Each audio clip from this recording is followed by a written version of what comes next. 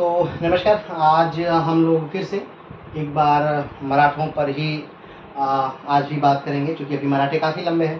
क्योंकि अभी तो लगभग 4 दिन से हम लोग 4 क्लास से आज 5वां क्लास हो जाएगा, मराठों पर ही बात कर रहे हैं। आज भी हम लोग मराठों पर ही बात करेंगे, लेकिन आज मराठों के बाद का जो टॉपिक होगा वो अलग है।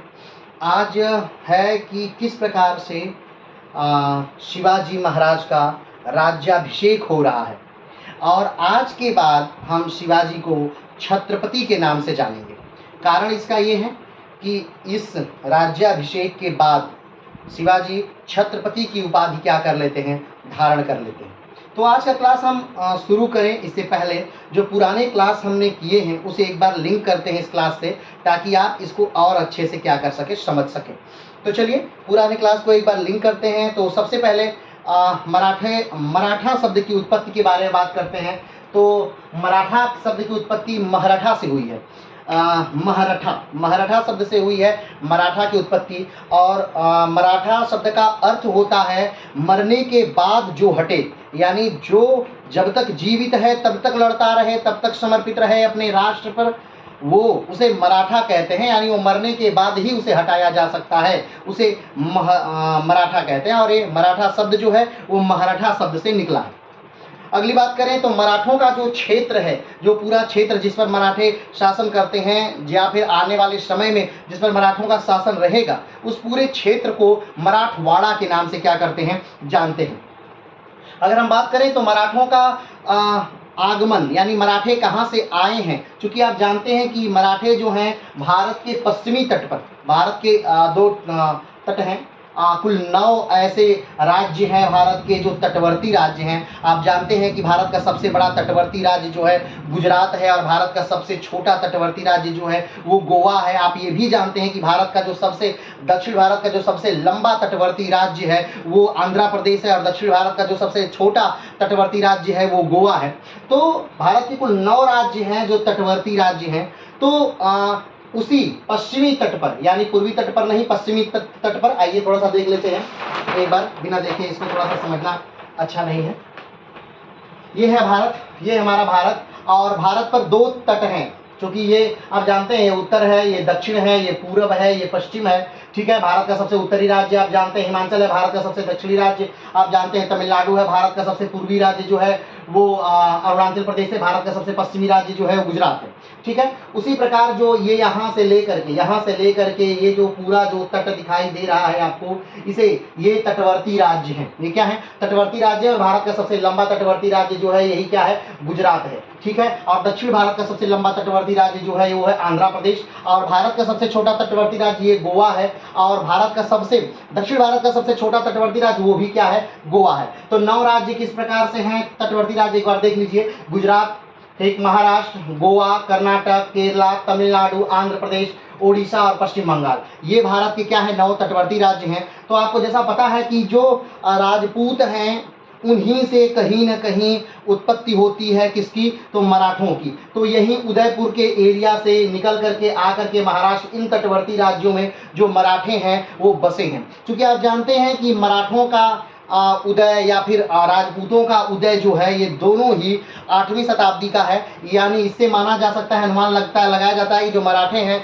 वो कहीं न कहीं राजपूतों से ही क्या हुए हैं, निकले हैं। क्योंकि राजपूतों की उत्पत्ति का आप सिद्धांत जानते हैं। वैसे तो बहुत सारे इतिहासकारों ने राजपूतों को अलग अलग उत्पत्ति का बताया है, लेकिन जो पृथ्वीराज रासो जो रचना है चंद्रवरदायी की, पृथ्वीराज रासो में चंद्रवरदायी लिखते हैं कि आबू पर्वत पर ऋषि वशिष्ठ ने एक यज्ञ किया था। कहा जाता है बहुत ज़्यादा दानवों का जब प्रकोप इस पृथ्वी पर बढ़ गया था, तब ऋषि वशिष्ठ ने आबू पर्वत यानी राजस्थान के आबू पर्वत पर एक यज्ञ किया था, और उसी यज्ञ से 4 योद्धा प्रकट हुए थे, जिनको कहते हैं चौहान, चालुक्य, प्रतिहार और परमार। चौहान, चालुक्य, प्रतिहार और परमार, ये वो 4 योद्धा हैं जो कि उस आबू पर्वत पर क्या हुए थे, उत्पन्न हुए थे उस हवन यज्ञ से, उस हवन कुंड से दानवों के संहार के लिए। ये चूंकि राजपूतों की उत्पत्ति का विषय है। ठीक है, तो 8वीं शताब्दी में वो उत्पत्ति होती है राजपूतों की, और वहाँ से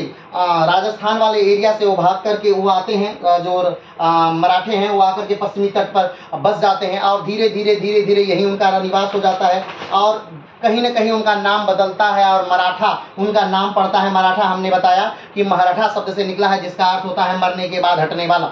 ठीक है, मनुस्मृति में कहा गया है कि इन राजपूतों की उत्पत्ति कैसे हुई है, तो उसमें बताया गया है कि जो कुषाण थे, जो पल्लव थे, जो अन्य जातियां थीं, जो शक थे, जो यवन थे, या इन्हीं का रूपांतरित रूप जो है वही क्या है, तो राजपूत हैं, और इन्हीं का रूपांतरित रूप कहीं ना कहीं क्या हो गए, मराठे हुए थे। चलिए आगे बढ़ते हैं।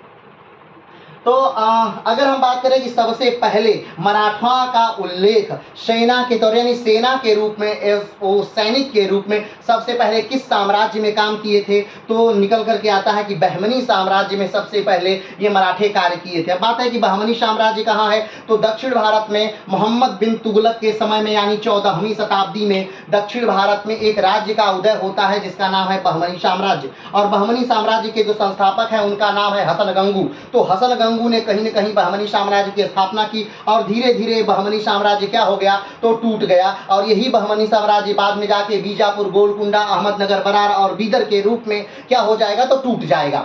ठीक है, तो अभी बहमनी साम्राज्य है और बहमनी साम्राज्य में ही सबसे पहले क्या करते हैं, तो मराठे कार्य करते हैं। अगर बात करें कि दूसरी बार मराठे सैनिक के तौर पे कहाँ कार्य करते हैं, तो अहमदनगर एक राज्य है, इसी बहमनी साम्राज्य का टूटा हुआ भाग अहमदनगर, वहां पर क्या करते हैं, तो जॉब करते हैं, नौकरी करते हैं, सैनिक के तौर पे कार्य करते हैं। अगर हम बात करें कि जो शिवाजी के पिताजी हैं, जो शाहजी हैं, वो कहाँ कार्य करते थे, तो ये जो शाहजी भोसले जी शाहजी जो हैं, ये भी अहमदनगर में ही कार्य करते थे। बाद में जब अहमदनगर राज्य समाप्त हो गया, यानी शाहजहां ने अहमदनगर राज्य पर आक्रमण किया और अहमदनगर राज्य को समाप्त कर दिया, तब ये शाहजी भोसले का मुसलमानों यानी कि मुगलों के फौज में भी 5000 की मनसबदारी पर कार्य किए। लेकिन जब शाहजहां द्वारा इनकी मनसबदारी यानी मनसबदारी छीन ली गई, तो तब शाहजी भोसले क्या किए कि मुगलों का साथ छोड़ करके और आकर के बीजापुर में क्या हो गए, भर्ती हो गए। तो बीजापुर में फिर कार्य करने लगे। और फिर आप जानते हैं कि जो इनके पुत्र हैं शिवाजी, वो कहीं न कहीं बीजापुर को बार बार परेशान करने लगे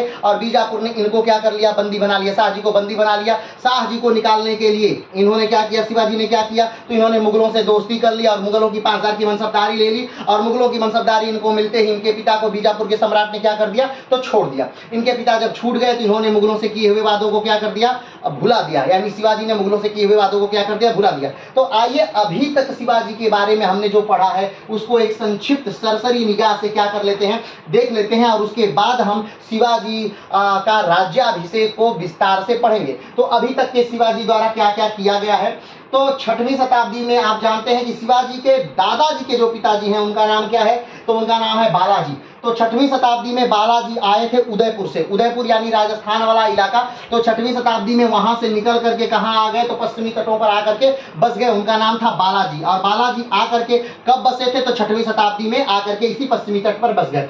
ये 6वीं शताब्दी का इतिहास हो गया। उसके बाद क्या हुआ, 1627 में। अब हम उन बातों को छोड़ देते हैं, यानी शिवाजी के पूर्वजों की जो बातें हैं उनको छोड़ते हैं और शिवाजी को यहाँ पर केंद्र बिंदु में हम लाते हैं। तो क्या होता है, 1627, कहीं कहीं 16, किन्हीं किताबों में 1627 और किन्हीं किताबों में 1630 में शिवाजी का क्या होता है, जन्म होता है। तो शिवाजी का जन्म कहाँ होता है, तो शिवाजी का जन्म जो है वो महाराष्ट्र, वर्तमान जो महाराष्ट्र राज्य है, महाराष्ट्र राज्य में हुआ तो है। महाराष्ट्र राज्य में कहा, तो महाराष्ट्र राज्य में पुणे में होता है। तो पुणे में कहा, तो पुणे में जुन्नैर में होता है। और जुन्नैर में कहा, तो शिवनेरी दुर्ग है एक, उसमें होता है। जैसा कि आपको हमने बताया था कि जो शिवाजी हैं उनके जो पिताजी हैं, ठीक है, उनका नाम है शाहजी। शाहजी जब दूसरा अपना विवाह करते हैं, चूंकि बहुत विवाह करने की बहुत सारी प्रथा है, शिवाजी की स्वयं 8 शादियां हुई थी और 8 शादियां से अलग अलग क्या थे, पुत्र और पुत्रियां थी। ठीक है, मूल पुत्र वैसे ही चूंकि तो जो पुत्र थे उनकी संख्या 2 थी। एक तो थे कौन, संभाजी महाराज, और दूसरे जो हैं वो राजा राम थे। ठीक है, लेकिन पुत्रियां भी इनकी काफी ज्यादा थी। चलिए, तो अभी हम बात करते हैं कि 1627 में शिवाजी का जन्म होता है कहाँ, वर्तमान महाराष्ट्र में। महाराष्ट्र में कहाँ, तो पुणे में। पुणे में कहाँ, तो जुन्नैर में। और जुन्नैर में कहाँ, तो शिवनेरी दुर्ग में। और ये जो पुणे वाला क्षेत्र है, ये जीजाबाई को किसने दिया था, तो इनके पिता शाहजी भोसले ने दिया था। क्यों, क्योंकि जब इन्होंने दूसरी शादी कर ली, शाहजी भोसले ने दूसरी शादी कर ली, तो जीजाबाई को अच्छा नहीं लग रहा था और जीजाबाई ने क्या किया, इनसे रुष्ट रहने लगी। तो इन्होंने क्या किया कि जो पूना की जागीर थी वो इनको दे दी। और वहीं पर शिवाजी का जन्म होता है जुन्नैर में, शिवनेरी दुर्ग में, महाराष्ट्र के पुणे में। ठीक है, तो 1627 कहीं कहीं किन्हीं किताबों में 1630 में। आगे बढ़ते हैं, 1646 इनके एक गुरु हैं, यानी राजनीतिक एक गुरु है जिनका नाम है कोणदेव। और कोणदेव कौन है? तो ये जो बीजापुर का एरिया है, बीजापुर में एक सैनिक है यानी सेनापति के तौर पे कार्य करते हैं कौन? कोणदेव। तो कोणदेव की इनकी क्या हो जाती है? मृत्यु हो जाती है 46 में। तो जब तक कोणदेव कहीं न कहीं जीवित रहते हैं, शिवाजी पर एक अंकुश रहता है, शिवाजी पर नियंत्रण रहता है। लेकिन 1646 में जब कोणदेव मर जाते हैं, उसके बाद शिवाजी पर से अंकुश हट जाता है और 46 के बाद 47 में ही शिवाजी अपने राजनीतिक कैरियर का प्रारंभ कर देते हैं, राजनीतिक जीवन का प्रारंभ कर देते हैं। ये युद्ध जीतने लगते हैं, युद्ध करने लगते हैं, किलाओं को जीतने लगते हैं। उससे पहले इन्होंने कोई किला नहीं जीता था, यानी 16 साल की उम्र में, मात्र 16 साल की उम्र में शिवाजी ने अपना पहला किला क्या कर लिया था? तो जीत लिया था। आगे बढ़ते हैं। 1647 में शिवाजी का राजनीतिक जीवन प्रारंभ होता है। हमने बताया कि 1646 में इनके गुरु जो थे कोणदेव, उनकी मृत्यु होती है और 1647 में शिवाजी का राजनीतिक जीवन क्या हो जाता है? प्रारंभ हो जाता है। आगे बढ़ते हैं। 1657 में शिवाजी मुगलों से की पहली लड़ाई होती है, और ये जो मुगलों से पहली लड़ाई होती है वो किसी औरंगजेब से होती है। लेकिन औरंगजेब उस समय इस युद्ध को उतना ध्यान नहीं देता है, कारण क्योंकि उस समय जो था वो राज्याभिषेक का युद्ध, राज्याभिषेक का युद्ध मतलब कि जो गृह युद्ध था वो चल रहा था। दिल्ली में, आगरा में कब्जा अलग व्यक्ति का था, दारा शिकोह का था। कहीं न कहीं शाहजहां बूढ़े हो चुके थे, वो बीमार रहने लगे थे, तो औरंगजेब ने अफवाह उड़ा दी कि वो मर गए हैं और यहाँ से अपने भाइयों की एक फौज लेकर के आक्रमण कर दिया। कहाँ? आगरा की तरफ। तो उस समय औरंगजेब आक्रमण के मूड में था, उत्तराधिकार का युद्ध चल रहा था। तो उस समय ये युद्ध उतना विकसित नहीं हो पाया, उतना बड़ा नहीं हो पाया। तो लेकिन पहला जो युद्ध था शिवाजी का मुगलों से, तो वो कब था? 1657 में था। और 1657 ही वो समय था जब औरंगजेब क्या बनता है? राजा बनता है। और 1657 ही वो समय था जब औरंगजेब अपने भाई दारा शिकोह को हरा देता है। 1657 ही वो समय था जब औरंगजेब अपने पिता शाहजहां को बंदी बना लेता है। और 1657 ही वो समय था जब औरंगजेब राजा बन जाता है। लेकिन दूसरी बार औरंगजेब फिर राज्याभिषेक कराता है। हमने बताया था कि औरंगजेब ने भी 2 बार राज्याभिषेक कराया था, शेरशाह ने भी 2 बार राज्याभिषेक कराया था, और शिवाजी महाराज ने भी 2 बार राज्याभिषेक कराया था। ये 2 बार राज्याभिषेक वाले लोग हैं। और भी कमेंट करके बताइएगा कि किन किन राजाओं ने 2-2 बार राज्याभिषेक कराया है। आगे बढ़ते हैं। 1659 अफजल खान की हत्या। हमने बताया था कि जब धीरे धीरे बीजापुर को ये लगा, बीजापुर कमजोर होने लगा था। क्या होने लगा था? कमजोर होने लगा था। क्यों? क्योंकि बीजापुर को बार बार युद्धों में परेशान कर रहे थे शिवाजी, और शिवाजी एक परेशानी का सबब बन गए थे। तब वहां की जो बड़ी बेगम है वो खुले दरबार में कहती है कि क्या शिवाजी को कैद करने वाला इस दरबार में कोई नहीं है? तब अफजल खान जो है अपनी तलवार निकाल कर ललकार कर कहता है कि हाँ मैं हूं, और मैं बिना घोड़े से उतरे ही उस शिवाजी को कैद करके लाऊंगा, और पिंजरे में कैद करके लाऊंगा, ताकि यहाँ की जनता देख सके कि पहाड़ी चूहा कैसा होता है। ये पहाड़ी चूहा जो नाम है ये औरंगजेब ने कहीं न कहीं किसको दिया था? शिवाजी को औरंगजेब ने, क्योंकि औरंगजेब शिवाजी को राजा मानता ही नहीं था, वो हमेशा पहाड़ी चूहा कहा करता था। लेकिन अभी एक संधि होगी, उसके तहत औरंगजेब कुछ समय के लिए राजा उनको मानेगा, लेकिन फिर बाद में फिर वही बात हो जाती है, दोनों में हमेशा तकरार ही रहती है। औरंगजेब और शिवाजी में बार बार तकरार ही रहती है। चलिए आगे बढ़ते हैं। तो 1659 में अफजल खान की हत्या कर देते हैं। शिवाजी क्या करते हैं? 1659 में अफजल खान की हत्या कर देते हैं, जो बीजापुर द्वारा भेजा गया एक बीजापुर का सेनापति था। और इसकी हत्या के बाद बीजापुर जो होती है वो बहुत कमजोर हो जाता है। और हमने बताया था कि किस प्रकार से वो सेना 10,000 की सेना लेकर के आया था, किस प्रकार से उसने पत्र लिखा औरंगजेब को, और औरंगजेब ने किस प्रकार से उसने पत्र लिखा शिवाजी को, और शिवाजी ने किस प्रकार से पत्र लिखा है। दोनों राजनैतिक पत्र थे एक दूसरे को प्रभावित करने के लिए। लेकिन फाइनली हुआ क्या? शिवाजी उस राजनीति की दौर में जीत जाते हैं। क्या होता है? जीत जाते हैं। ठीक है, आगे क्या होता है? आगे देखते हैं 1663 में जब अफजल खान क्या हो जाते हैं? अफजल खान को मार दिया जाता है और दक्षिण का एरिया बहुत ज्यादा दूसरी स्थिति में पहुंच जाती है। तब क्या होता है कि औरंगजेब अपने मामा शाइस्ता खां को दक्षिण का क्या बना देते हैं? दक्षिण का सूबेदार नियुक्त कर देते हैं।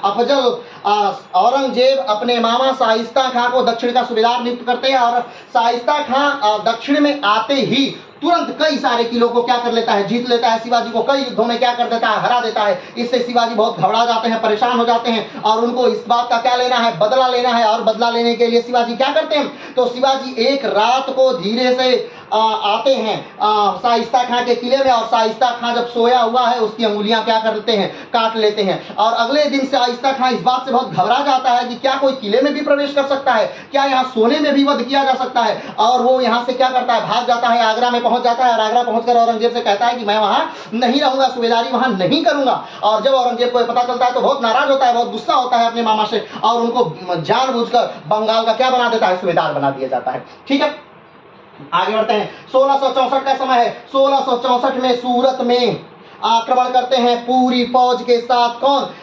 शिवाजी महाराज। और शिवाजी महाराज सूरत को 6 से 7 दिनों तक बहुत बुरी तरह लूटते हैं, बहुत बुरी तरह सूरत में कत्लेआम होता है। सूरत जो है मुगलों का एक बड़ा बंदरगाह है, उनके कमाई का एक मेन जरिया है और एक समृद्ध स्थान भी है, तो वहां को बहुत बुरी तरह लूटा जाता है, बहुत बुरी तरह नरसंहार किया जाता है, और 6 दिन तक शहरों को जला दिया जाता है। कहा जाता है कि शहर को बहुत बर्बाद करके क्या किया गया, सूरत शहर को छोड़ा गया था। तो ये कहीं न कहीं एक माइनस पॉइंट भी था शिवाजी के लिए कि आने वाले भविष्य में उनसे प्रश्न भी होता कि आपने सूरत को क्यों लूटा, अपने देश को क्यों लूटा, वगैरह वगैरह वगैरह बहुत सारी बातें। आगे बढ़ते हैं। 1665 पुरंदर की संधि। जब सूरत को वो लूट लेते हैं, सूरत को जला देते हैं, इससे औरंगजेब बहुत नाराज होता है और दक्षिण में वो एक नया सूबेदार नियुक्त करता है जो उनका मित्र भी है और बेहतरीन राजनेता भी हैं, बेहतरीन रणनीतिक कुशलकार भी हैं, और वो है राजा जय सिंह। राजा जय सिंह को औरंगजेब सूबेदार बनाकर दक्षिण में भेजता है। कमेंट बॉक्स में बताइएगा कि राजा जय सिंह के साथ औरंगजेब और किसको दक्षिण का सूबेदार बनाकर भेजता है। तो दक्षिण का सूबेदार बनाकर जब राजा जय सिंह को औरंगजेब भेजता है और राजा जय सिंह आते हैं, तो राजा जय सिंह शिवाजी के पीछे पीछे नहीं घूमते, शिवाजी की खोज में नहीं घूमते हैं। अभी तक लोगों ने क्या किया कि जब भी कोई आता था तो शिवाजी की खोज में घूमता था, इससे शिवाजी को फायदा होता था। शिवाजी चाहे जब चाहे जहां से आक्रमण कर देते थे, उसे नेस्तनाबूद कर देते थे, उसको बहुत ज्यादा क्षति पहुंचा देते थे, उसे डरा देते थे। लेकिन शिवाजी ने शिवाजी का अब एक बेहतरीन रणनीति कुशलकार योद्धा से पाला पड़ा था। तो अब जो है राजा जय सिंह और शिवाजी बेहतरीन दोनों एक बहुत चातुर्य आदमी हैं, और पुरंदर के किले को घेर करके कहीं न कहीं कौन बैठ जाता है, तो राजा जय सिंह बैठ जाते हैं। और फाइनली जब अंदर का सारा रसद खत्म हो जाता है, सारी सामग्री खत्म हो जाती है, तब शिवाजी को संधि करने पर विवश होना पड़ता है। और फाइनली संधि होती है कि 33 में से जो किले हैं, बहुत सारे किले, वो क्या कर दिए जाए, दे दिए जाए, औरंगजेब को दे दिए जाए। और क्या किया जाए कि दक्षिण में जब भी मुगल सेना आक्रमण करेगी तो शिवाजी उसका क्या करेंगे, साथ देंगे, और आप जा करके क्या करेंगे, मिलेंगे। औरंगजेब से हो जाते हैं, शिवाजी क्या करते हैं, फिर शिवाजी अब औरंगजेब जैसे जा रहे हैं, मिल रहे हैं, क्यों? क्योंकि जय सिंह ने शिवाजी को कहीं न कहीं ये बताया है कि अगर आप औरंगजेब से मिल गए, औरंगजेब ने आपका साथ दिया, तो औरंगजेब आपको दक्षिण का सूबेदार बना सकता है, औरंगजेब आपको एक बड़ी सेना दे सकता है ताकि आप बीजापुर को नेस्तनाबूद कर सके, औरंगजेब आपको एक बड़ी उपाधि दे सकता है, बड़ी पदवी दे सकता है, बड़ा मनसब प्रदान कर सकता है। ये सारी बातें सुनकर शिवाजी को भी लगता है, जब वो अपने दरबार में बात करते हैं तो उनके दरबारी भी कहते हैं क्यों नहीं, सच बात है कि जा करके हम मुगलों से ये अनुमति ले लें कि ताकि हम दक्षिण में क्या कर सकें, हम दक्षिण में अपना चौथ और सरदेशमुखी वसूल कर सकें। सरदेशमुखी क्या था? तो सरदेशमुखी एक प्रकार का कर था जो ये इसलिए लिया जाएगा ताकि हम तुम पर आक्रमण न करें। और चौथ क्या था? तो जो मराठों के साम्राज्य में रहने वाले लोग थे वो क्या देंगे, वो चौथ देंगे। तो 2 प्रकार के कर क्या करते थे मराठे, लेते थे, एक चौथ और एक सरदेशमुखी। तो 64 में सूरत को क्या किया गया, लूटा गया। 65 में पुरंदर की क्या होती है, संधि होती है। पुरंदर की संधि कहीं न कहीं शिवाजी को बहुत कमजोर कर देती है, और शिवाजी 66 में 65 में पुरंदर की संधि होती है, और 66 में क्या करते हैं, आगरा की तरफ चले जाते हैं। और जब रास्ते में आगरा की तरफ जा रहे हैं तो इनके खर्चे के लिए औरंगजेब 1 लाख रुपए भिजवाता है। काफी ज्यादा पत्र व्यवहार इनसे और औरंगजेब से होता है। ये जब दरबार में पहुंचते हैं उस समय औरंगजेब का क्या है, जन्म दिवस है, 3 बार औरंगजेब को सलाम करते हैं। औरंगजेब उसके बाद अपनी अर्दली से कुछ कहता है, अर्दली इनको ले जाकर तृतीय श्रेणी के लोगों के बीच में क्या कर देता है, खड़ा कर देता है। और जब इनको लगता है कि ये अदने से लोगों के पीछे खड़े हैं, तब ये बौखला जाते हैं, घबरा जाते हैं। और राम सिंह जो राजा जय सिंह के क्या है, पुत्र हैं, और उन्हीं को जिम्मेदारी दी गई थी शिवाजी को लाने और ले जाने की, तब उनसे बहुत जोर जोर से बातें करने लगते हैं। जब आवाज ज्यादा सुन करके औरंगजेब पूछता है कि क्या हुआ है, तब राम सिंह कहते हैं कि कुछ नहीं, ये महाशय जो हैं वो दक्षिण से आए हैं, दक्कन से आए हैं और इनको राजभवन की यहाँ की के कायदे कानून नहीं पता हैं और एक बड़ा राजनैतिक उत्तर देते हैं कि जो शेर है वो जंगल का जानवर है, वो यहाँ की गर्मी बर्दाश्त नहीं कर पा रहा है। ये सुनकर औरंगजेब कहता है कोई बात नहीं, इनको बाहर वाले कमरे में ले जाइए, वहाँ पे इत्र का छिड़काव करिए और बिना सभा खत्म होने का इंतजार इनके रहने की जो इनका व्यवस्था किया गया है, जो जयपुर सराय इनके लिए बनाई गई है, वहाँ पर क्या करिए, वहाँ पर ले जाके इनको क्या करिए, ठहराइए। ठीक है। और ज्यों ही शिवाजी वहां पर जाते हैं ठहरने के लिए, वहां पर सेना भेज दी जाती है औरंगजेब की और वहां पर इनको क्या कर लिया जाता है, कैद दिया जाता है। लेकिन ये राजनीति चलते हैं और कहीं ना कहीं औरंगजेब की बुराई नहीं करते हैं, लेकिन धीरे धीरे धीरे धीरे वहां फलाव टोकरियां जब औरंगजेब भिजवाता है, उन्हीं फलाव टोकरियों के में कहीं कहीं बैठ करके ये और इनके पुत्र संभाजी और इनके भाई तीनों क्या करते हैं, धीरे से निकल लेते हैं और दिसंबर के महीने में अपने घर यानी कहाँ, महाराष्ट्र आकर के महाराष्ट्र पहुंच जाते हैं। ये घटना कब की है, ये सारी घटना 1666 की। ठीक है। 1668 में फिर से औरंगजेब और इनके बीच क्या हो जाती है, 1668 में फिर से औरंगजेब और शिवाजी के मध्य संधि हो जाती है। इस संधि के दौरान जो शिवाजी हैं वो उनको औरंगजेब राजा दक्षिण का क्या कर लेता है, मान लेता है और इनको बरार का क्या देता है, क्षेत्र देता है। वहां से इनको राज्य करने के लिए, इनको वसूलने के लिए, इनको कर वसूलने के लिए बरार का क्षेत्र देता है, इनको राजा मान लिया जाता है। और ये औरंगजेब द्वारा ये क्रियाएं हो रही हैं। ये कब की है, 1668 की ये घटना है। आगे बढ़ते हैं 1670 में। अब लेकिन ये संधि भी ज्यादा दिन तक चली नहीं। 1670 में बहुत सारे किले फिर क्या करते हैं, शिवाजी लूटते हैं और 1670 में फिर से ये दोबारा सूरत को लूट लेते हैं। ये सूरत का दुर्भाग्य था कि 2 बार शिवाजी ने सूरत को बहुत बेरहमी से क्या कर दिया, लूटा था। आगे बढ़ते हैं 1674 में। 1674 में अब वो समय है जो हम आज पढ़ेंगे। इससे पहले की जो घटनाएं हैं उसे हम बहुत बारीकी से, बहुत अच्छे से हम क्या कर चुके हैं, पढ़ चुके हैं। अब 1674 का वो समय है जिसको आज हम क्या करेंगे, पढ़ेंगे। इनके राज्याभिषेक की घटना। इनका राज्याभिषेक 2 बार होता है। ठीक है। तो इनके पूरे राज्याभिषेक को आइए एक बार बिना डाटा के एक बार बेहतर ढंग से देखते हैं कैसे क्या होता है। 1674 का समय है और ये बनारस के प्रकांड पंडित जो कभी न कभी मराठे ही थे, वहां जाकर बसे थे, उनको बुलाया जाता है और उनके साथ राज्याभिषेक किया जाता है। लेकिन कुछ ही दिन बाद इनकी पत्नी और इनकी माँ दोनों क्या होती हैं, मर जाती हैं। तब शिवाजी को ऐसा लगता है कि भाई ये राज्याभिषेक जो था वो कहीं न कहीं सही नहीं था। इसलिए दूसरी बार शिवाजी फिर से अपना राज्याभिषेक तांत्रिक गतिविधियों से क्या करते हैं, करवाते हैं और फिर वो राज्याभिषेक इनको सही लगता है।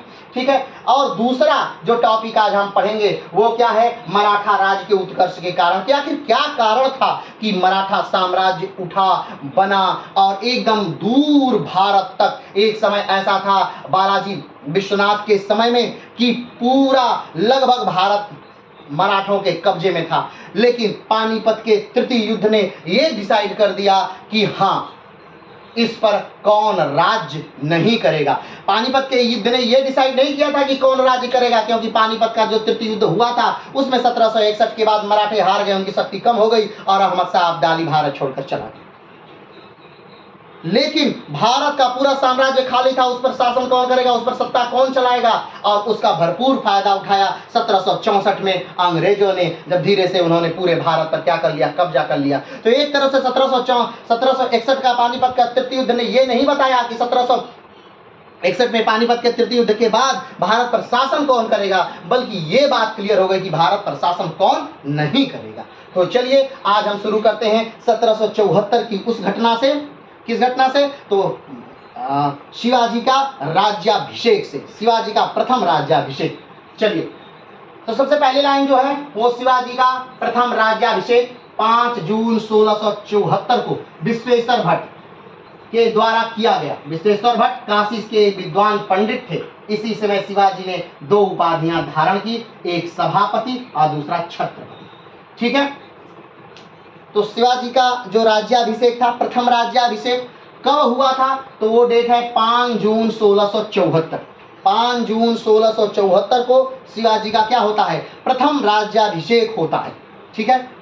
कौन करता है, तो करते हैं विश्वेश्वर भट्ट। कौन करते हैं, तो विश्वेश्वर भट्ट करते हैं शिवाजी का पहला राज्याभिषेक। ठीक। कहाँ के हैं विश्वेश्वर भट्ट, तो विश्वेश्वर भट्ट काशी के हैं और इसी राज्याभिषेक के बाद शिवाजी दो उपाधियां लेते हैं। कौन कौन सी? एक सभापति और दूसरा छत्रपति। उपाधियों से आप मतलब समझते होंगे कि जब भी कोई राजा बनता है, अपना राज्याभिषेक करवाता है, तो अलग अलग उपाधियां लेकर ही गद्दी पर बैठता है। जैसे में अगर हम बात करें तो जहांगीर, जिसका नाम सलीम था, उसने उपाधि लेकर गद्दी पर बैठा जहांगीर से। शाहजहां, खुर्रम, और उसने उपाधि लेकर शाहजहां की गद्दी पर बैठा। ऐसे ही सारे राजा, औरंगजेब ने औरंगजेब की उपाधि, अकबर ने अकबर की उपाधि, ये सारे इनके नाम नहीं हैं, कहीं न कहीं इनकी क्या है, इन राजाओं की उपाधियां हैं। और उपाधियां ही क्या कहती हैं, जीवित रहती हैं, नाम तो उनका धूमिल पड़ जाता है। तो शिवाजी कौन सी उपाधि लेते हैं? तो दो उपाधि से ये राजा बनते हैं। एक जैसे कि शेर शाह सूरी जो हैं वो ये क्या लेते हैं? शेर शाह सूरी जो है वो क्या है, उपाधि है। क्यों? क्योंकि शेर शाह सूरी का नाम तो फरीद था। क्या नाम है उनका? फरीद। और तो ये शेर शाह सूरी जो है क्या है, ये उपाधि है, ये उपाधि लेते हैं। चलिए आगे बढ़ते हैं। तो जो शिवाजी हैं, इनका राज्याभिषेक 5 जून 1674 को होता है। कौन करता है? विश्वेश्वर भट्ट करते हैं। कौन है विश्वेश्वर भट्ट? काशी के एक पंडित हैं, और जो कभी न कभी क्या थे, मराठा थे। और यही से, मैंने अभी भी वो मराठे ही हैं, लेकिन काशी में जाकर के क्या हुए हैं, वो बसे। ठीक है, तो उनको काशी से बुलाया जाता है, स्पेशली काशी से क्या किया जाता है, बुलाया जाता है। किसको? विश्वेश्वर भट्ट को काशी से बुलाया जाता है। किस लिए बुलाया जाता है? तो आप आइए और शिवाजी का क्या करिए, राज्याभिषेक करिए। राज्याभिषेक के लिए बुलाया जाता है। तो राज्याभिषेक होता है, और इसी राज्याभिषेक में 5 जून के राज्याभिषेक 1674, 5 जून 1674 के राज्याभिषेक के लिए ये दो उपाधि, इसी राज्याभिषेक में दो उपाधि लेते हैं, एक सभापति की और दूसरी छत्रपति की।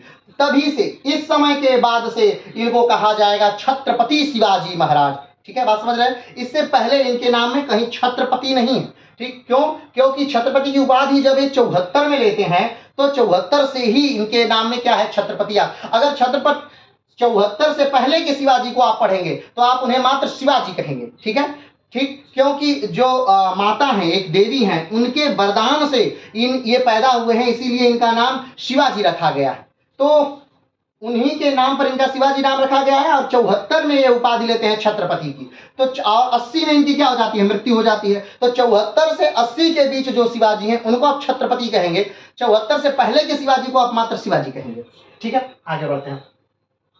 शिवाजी के प्रथम राज्याभिषेक के बाद उनकी माता जीजाबाई और उनकी एक पत्नी सईबाई का क्या हो गया, निधन हो गया। अब शिवाजी की कितनी पत्नियां हैं? तो शिवाजी की कुल 8 पत्नियां हैं। ठीक है, और 8 पत्नियों से अलग अलग लड़के और अलग अलग लड़कियां हैं। जैसे जो सईबाई हैं, ठीक है, जो सईबाई हैं, इन्हीं के जो पुत्र हैं वो संभाजी हैं।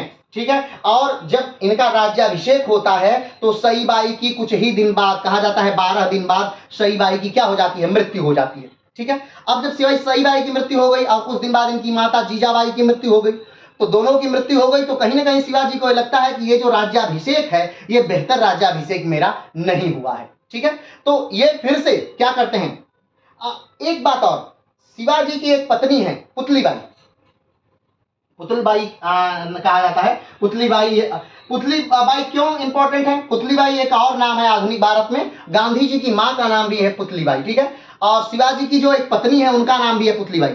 तो जो पुतलीबाई है ये इंपॉर्टेंट इसलिए है कि शिवाजी की मृत्यु के बाद शिवाजी के साथ जो सती हुई थी महिला, ठीक है, वो कौन थी? तो पुतलीबाई थी। शिवाजी की मृत्यु के बाद शिवाजी की चिता के साथ सती होने वाली महिला कौन थी? पुतलीबाई थी। और ये क्यों इंपॉर्टेंट है? सईबाई निम्बालकर क्यों इंपॉर्टेंट है? तो सईबाई निम्बालकर के ही बेटे हैं संभाजी, जो शिवाजी के बाद कहीं ना कहीं मराठा साम्राज्य के क्या बनेंगे, उत्तराधिकारी बनेंगे।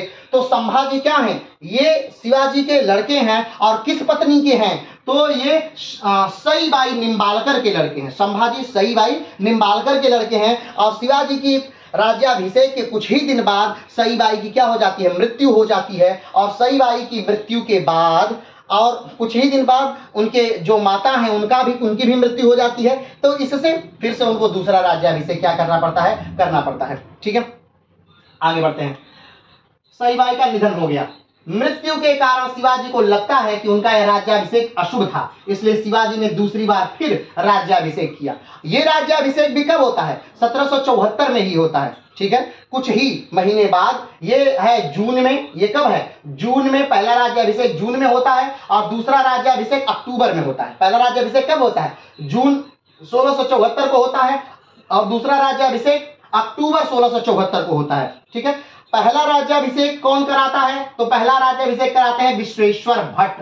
कौन करवाते हैं? विश्वेश्वर भट्ट करवाते हैं। दूसरा राज्याभिषेक कौन करवाता है? तो निश्चलपुरी करवाते हैं। शिवाजी का दूसरा राज्याभिषेक कौन करवाते हैं? निश्चलपुरी। ये बहुत इंपॉर्टेंट चीजें हैं, ये वन लाइनर है। आज का जो हम लोग लेके आए हैं शिवाजी का या फिर मराठा का, ये थोड़ा सा वन लाइनर है, लेकिन ये थोड़ा सा इंपॉर्टेंट ज्यादा है, ठीक है, तो इसे ध्यान से देखिएगा।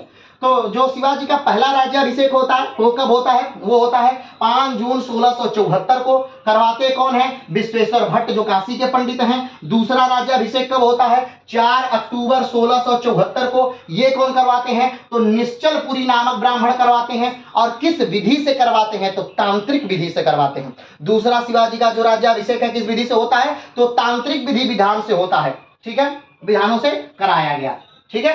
पहला जो होता है वो दूसरे विधि से होता है, लेकिन दूसरा जो होता है वो तांत्रिक विधि से होता है। आगे बढ़ते हैं। शिवाजी की 2 संतानें थी। 2 संतानों का मतलब यहाँ पूरे पुत्र पुत्रियां मिलाकर नहीं है। 2 संतानों का मतलब है कि 2 जो पुत्र थे वो उनकी बात हो रही है। तो पहले पुत्र कौन है? संभाजी महाराज हैं, ठीक है, जो शिवाजी के बाद राजा बनेंगे। और दूसरे पुत्र कौन है? राजा राम है, जो संभाजी के मृत्यु के बाद राजा बनेंगे। ध्यान रखिएगा, दोनों राजा बनते हैं, लेकिन कब?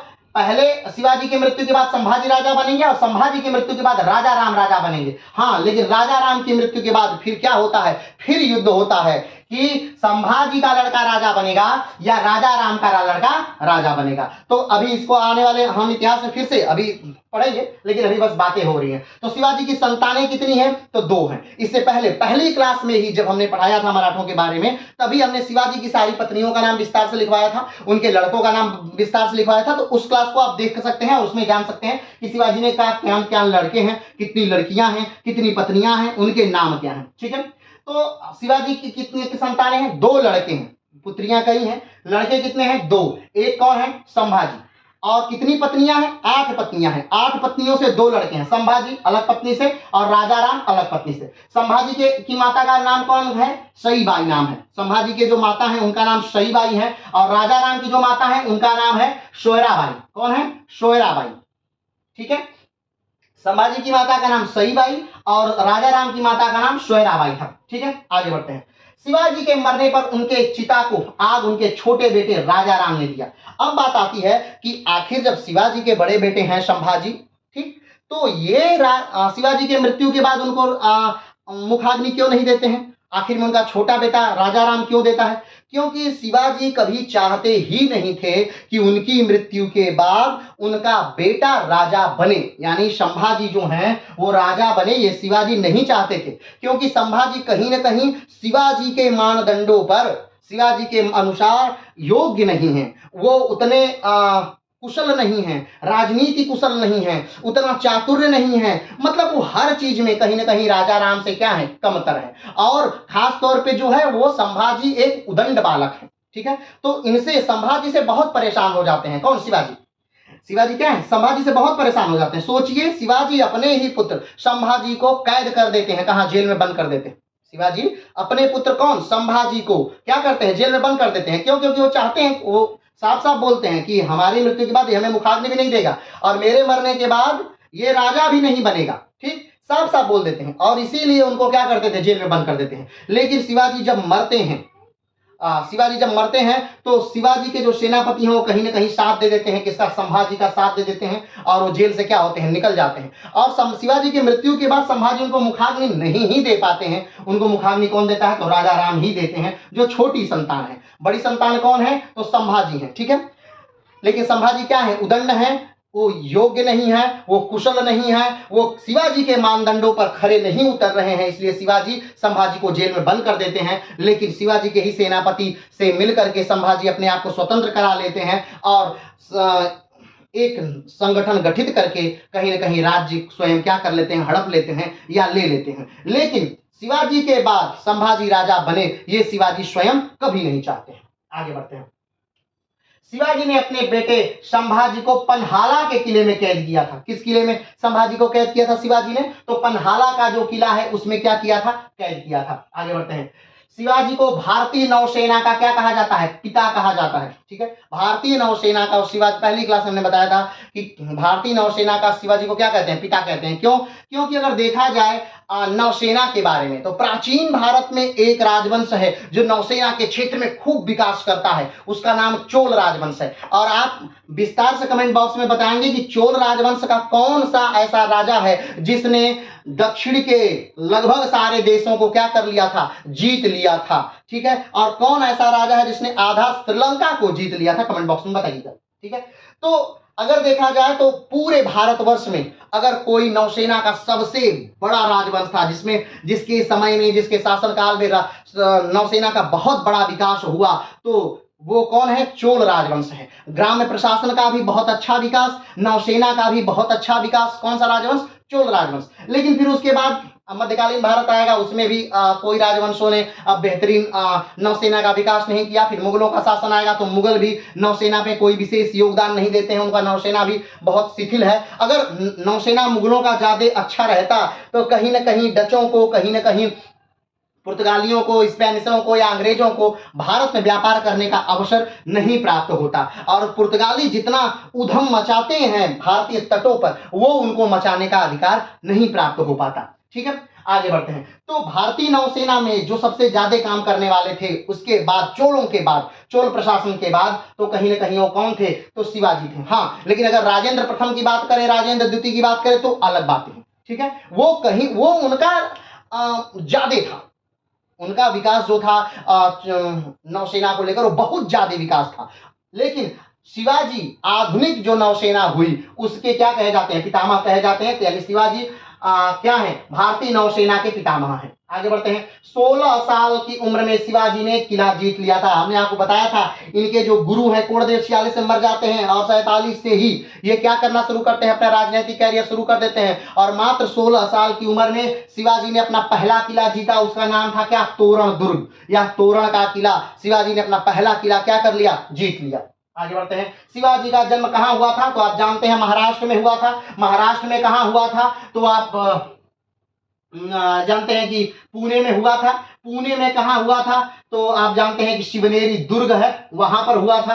तो शिवाजी का जन्म जो है यहीं पर हुआ था। और ये पुणे वाला जो एरिया है, इन्हीं के पिताजी ने इनकी माता को क्या कर दिया था? गिफ्ट दिया था, यानी उपहार दिया था। शिवाजी का नाम देवी शिवई के नाम पर रखा गया था। हमने बताया था कि शिवाजी का जो जन्म हो रहा है 27 में 30 में। ठीक है, कहीं किताबों में 1627, कहीं किताबों में 1630। ठीक है, तो शिवाजी का जो जन्म हो रहा है तो किस देवी की आराधना पे? इनकी माता जो है जीजाबाई, वो जो देवी है शिवई देवी, शिवई देवी की काफी क्या है? भक्त हैं। तो शिवई देवी से ये कौन है? तो अब ये मराठों की एक देवी है। शिवई देवी मराठों की आराध्य देवी है शिवई देवी, और उनसे प्रार्थना करती हैं कौन? तो जीजाबाई। जीजाबाई प्रार्थना करती हैं कि माता मुझे एक पुत्र दे दीजिए। ठीक है, तो उनके आशीर्वाद से जीजाबाई को एक पुत्र की प्राप्ति होती है और उस पुत्र का नाम इसी शिवई देवी के नाम पर जो जीजाबाई हैं वो क्या रख देती हैं? तो शिवाजी रख देती हैं। ठीक है, आगे बढ़ते हैं। शिवाजी लड़ने की शिक्षा दादोजी कोणदेव से दिया था। शिवाजी को लड़ने की शिक्षा किसने दिया था? तो कोणदेव ने दिया था। कोणदेव क्या है? इनके कहीं ना कहीं गुरु हैं। इनके हमने बताया था पिछले क्लासों में, इनके 2 गुरु हैं। ठीक है, तो कोणदेव भी इनके क्या हैं? एक गुरु हैं, राजनैतिक गुरु हैं। तो इनको जो लड़ने की शिक्षा है कोणदेव देते हैं। और कोणदेव कहाँ कार्यरत हैं? तो कोणदेव बीजापुर के सेना नायक हैं। ठीक है, और इनको लड़ने की शिक्षा कोणदेव ने दिया था। आगे बढ़ते हैं। ठीक है, जब शिवाजी का जन्म हुआ था 1627-30 में, दक्षिण में 3 राज्य हुआ करते थे। ठीक है, हमने बताया कि जो दक्षिण भारत है, दक्षिण भारत में 14वीं शताब्दी में 2 राजवंशों का उदय होता है। एक विजयनगर साम्राज्य, ठीक है, जिसके संस्थापक हरिहर और बुक्का थे, और दूसरा बहमनी साम्राज्य जिसके जो संस्थापक थे वो हसन गंगू थे। हमने बताया था कि एक नदी है कृष्णा नदी। ठीक है, कृष्णा नदी का ऊपर का जो क्षेत्र है वो बहमनी साम्राज्य था, और कृष्णा नदी के नीचे का जो क्षेत्र है वो विजयनगर साम्राज्य था। हमने बताया था विजयनगर साम्राज्य कई राजवंशों के अंतर्गत चला। कौन सा? तो संगम, शुलुभ, तुलुक, आराबीडु, ठीक है, ये इतने साम्राज्यों के अंतर्गत चला। लेकिन अगर देखा जाए मूलतः तो संगम, सुलभ और तुलुक, तुलुक यानी कृष्णदेव राय का जो वंश था तुलुक वंश, उसके बाद विजयनगर साम्राज्य लगभग ढह गया। क्यों? क्योंकि उससे पहले ही बहमनी साम्राज्य टूट चुका था। किसमें किसमें? तो बीजापुर, बरार, बीजापुर, अहमदनगर, गोलकुंडा, बरार और बीदर, इन 5 भागों में टूट चुका था। और इन लोगों ने मिलकर, बरार को छोड़कर ये चारों ने मिलकर के इस पूरे विजयनगर साम्राज्य को बेरहमी से, इसकी राजधानी को बेरहमी से लूटा और पूरी तरह से जला दिया। आज भी हम्पी में जब आप जाएंगे तो खंडहर मिलेंगे। वो देन थी किसकी? बहमनी की। तो बहमनी साम्राज्य ने क्या कर दिया था? इसको पूरी तरह से नेस्तनाबूद कर दिया था। तो बहमनी साम्राज्य टूट चुका था बीजापुर, गोलकुंडा, अहमद, बरार और बीदर में, अहमदनगर, बरार और बीदर में। ठीक, क्लियर है? तो बरार और बीदर जो थे उनको क्या कर लिया गया? इन्हीं तीनों ने, यानी अहमदनगर, गोलकुंडा और बीजापुर, इन्हीं तीनों ने मिलकर जीत लिया और बराबर बराबर भागों में कहीं ना कहीं क्या कर लिया? बांट लिया। तो जब शिवाजी राजा बने हैं उस समय वो दक्षिण में 3 राज्य मुख्यतः हैं, एक बीजापुर, अहमदनगर और गोलकुंडा। ठीक है, तो अहमदनगर की बात करें तो ये अहमदनगर वही राज्य क्षेत्र है जिसमें शिवाजी के जो पिताजी हैं, जिनका नाम शाहजी है, तो शाहजी भोसले इसी में कार्यरत हैं। लेकिन जब अहमदनगर पर शाहजहां ने आक्रमण किया और अहमदनगर को क्या कर लिया? जीत लिया, तब शाहजी भोसले मुगलों की सेना में चले जाते हैं। अब दक्षिण में कौन से हैं? 2 बड़े राज्य हैं, एक बीजापुर और एक गोलकुंडा। तो इन्हीं बीजापुर को शिवाजी क्या करते हैं? खूब परेशान करते हैं, इसी के किलों को खूब लूटते हैं धीरे धीरे धीरे धीरे धीरे। और वो समय भी आता है कि औरंगजेब इस अहमदनगर, बीजापुर और गोलकुंडा दोनों को क्या कर लेता है? कभी मुगल साम्राज्य में मिलाकर के समाप्त कर देता है। ठीक है, आगे बढ़ते हैं। तो जब शिवाजी का जन्म होता है उस समय दक्षिण भारत में कितने राजवंश हैं? तो 3 हैं। कौन कौन से हैं? अहमदनगर निजामशाही, जिसकी स्थापना निजाम ने की थी। दूसरा गोलकुंडा कुतुबशाही, जिसके संस्थापक कुली कुतुब शाह थे। और तीसरा बीजापुर, जिसके संस्थापक आदिल शाह थे। ठीक है, 3 राजवंश, ये महत्वपूर्ण राजवंश है, ध्यान रखिएगा। अहमदनगर जिसे निजामशाही कहते हैं, इसके संस्थापक निजाम है। गोलकुंडा जिसे कुतुबशाही कहते हैं, इसके संस्थापक कुली कुतुब शाह है। और बीजापुर जिसके संस्थापक आदिल शाही शाह हैं। ठीक है, आगे बढ़ते हैं। शिवाजी ने 1657 में, ठीक, शिवाजी ने 1657 में अपनी नौसेना का निर्माण प्रारंभ किया था। ध्यान रखिए, शिवाजी ने अपनी नौसेना का निर्माण कब प्रारंभ किया था? तो 1657 में अपनी नौसेना का क्या किया था? निर्माण प्रारंभ किया था शिवाजी ने। कहां? रायगढ़, विजयगढ़ और सिंधुदुर्ग में कई सारे स्थानों पर नौसेना का निर्माण शिवाजी ने कब प्रारंभ? हमने बताया कि भारतीय नौसेना के जो जनक हैं वो कौन है? वो शिवाजी। ठीक है, और शिवाजी ने अपनी नौसेना का प्रारंभ कब किया था? तो 1657 में किया था। और कहां किया था? जयगढ़, विजयगढ़ और सिंधुदुर्ग के कई सारे स्थानों पर नौसेना किला का क्या किया था? निर्माण कराया गया था। आगे बढ़ते हैं। अंग्रेजी इतिहासकार के अनुसार शिवाजी के पास 160 युद्धपोत थे। ठीक, शिवाजी के पास कितने युद्धपोत हैं? अंग्रेजी इतिहासकार कहते हैं कि शिवाजी के पास कितने युद्धपोत हैं? तो 160 युद्धपोत हैं। किसके पास? शिवाजी के पास। ठीक, अगली जो है कि है मराठा राज्य के उत्कर्ष का कारण। तो क्या कारण था मराठाओं के उदय होने का? क्या कारण था कि वो दक्षिण के होते हुए भी उत्तर तक के राज्यों को जीत पाए? कहा जाता है कि मराठाओं का राज्य अटक से लेकर कटक तक था। अटक यानी अफगानिस्तान, कटक यानी ओडिशा। तो इतना लंबा राजवंश उनका कैसे बना? ठीक है, इसके लिए कहीं ना कहीं वातावरण, या इसके लिए कहीं ना कहीं पारिस्थितिकी, भौगोलिक स्थिति, ये सारी जिम्मेदार थी। यानी मराठाओं के उत्कर्ष के कारण के लिए कौन कौन सी चीजें जिम्मेदार थी, इस बात को हम कल की क्लास में डिस्कस करेंगे। आज के लिए इतना ही। आज हमने बस ये जाना कि किस प्रकार से शिवाजी का राज्याभिषेक हुआ था, क्यों हुआ था, और उनके जो प्रथम राज्याभिषेक करने वाले थे वो कौन थे, दूसरे राज्याभिषेक करने वाले थे वो कौन थे। तो आज के लिए इतना ही है, फिर मिलते हैं अगले क्लास में। जय हिंद।